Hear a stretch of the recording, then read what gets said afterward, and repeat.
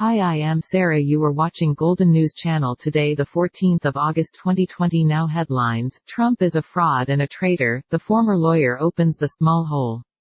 Israeli Prime Minister takes U-turn over the next day of agreement with UAE.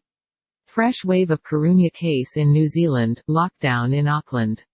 South Sudan: 70 killed in clashes between army and armed civilians. Now details of headlines. You are watching Golden News Channel. Please subscribe and share. Trump is a fraud and a traitor, the former lawyer opens the small hole.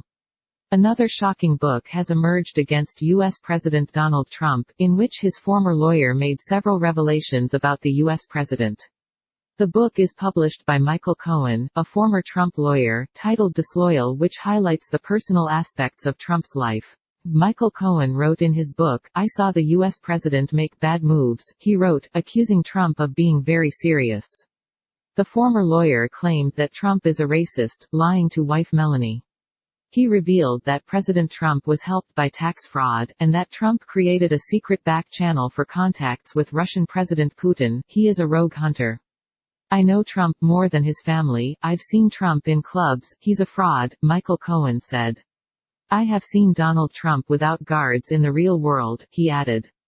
Earlier, Donald Trump's niece, Mary Trump, made several important revelations about him in her book, including calling her a liar and a self-styled person, and threatening Americans. Israeli Prime Minister takes U-turn over the next day of agreement with UAE.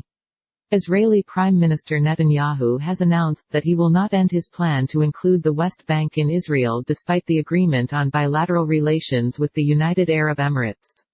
According to Arab media, Israeli Prime Minister Netanyahu made a major statement about the West Bank's integration into Israel, a day after the agreement with the United Arab Emirates. He said he agreed to delay the plan to merge the West Bank into Israel as part of a bilateral relationship agreement with the United Arab Emirates, but the project is still on his table.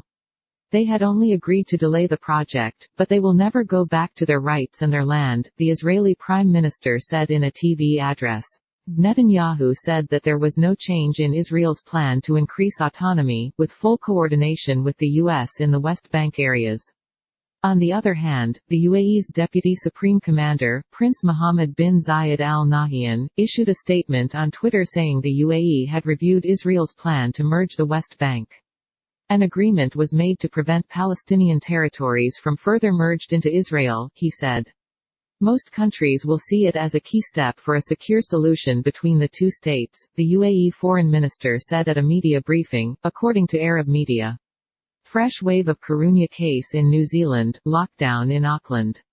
After the fresh wave of Karunya in New Zealand, the government put a lockdown in Auckland, the largest city. Officials said lockdown could be extended by 3 days if the need is felt. After more than 100 days of local migration to New Zealand, Karunya has once again taken the lead. In the last 24 hours, the number of action case has gone up to 36 after another 17 case of Karunya was reported in 13 communities. After new cases of the Karunya came up, the government warned that if caution is not taken, the Karunya cases could escalate. New Zealand Prime Minister Jacinda Ardern said that the same will happen this time, as seen in the past, when the Karunya is rapidly spreading. The 4 members of an Auckland family were confirmed as the Karunya on Tuesday, and 22 people have died in Karunya in New Zealand so far. South Sudan: 70 killed in clashes between army and armed civilians. In South Sudan, 70 people were killed in clashes between the army and armed civilians. According to Arab media, the United Nations has confirmed at least 70 deaths and dozens of injuries in clashes between the army and armed civilians in South Sudan's north-central state.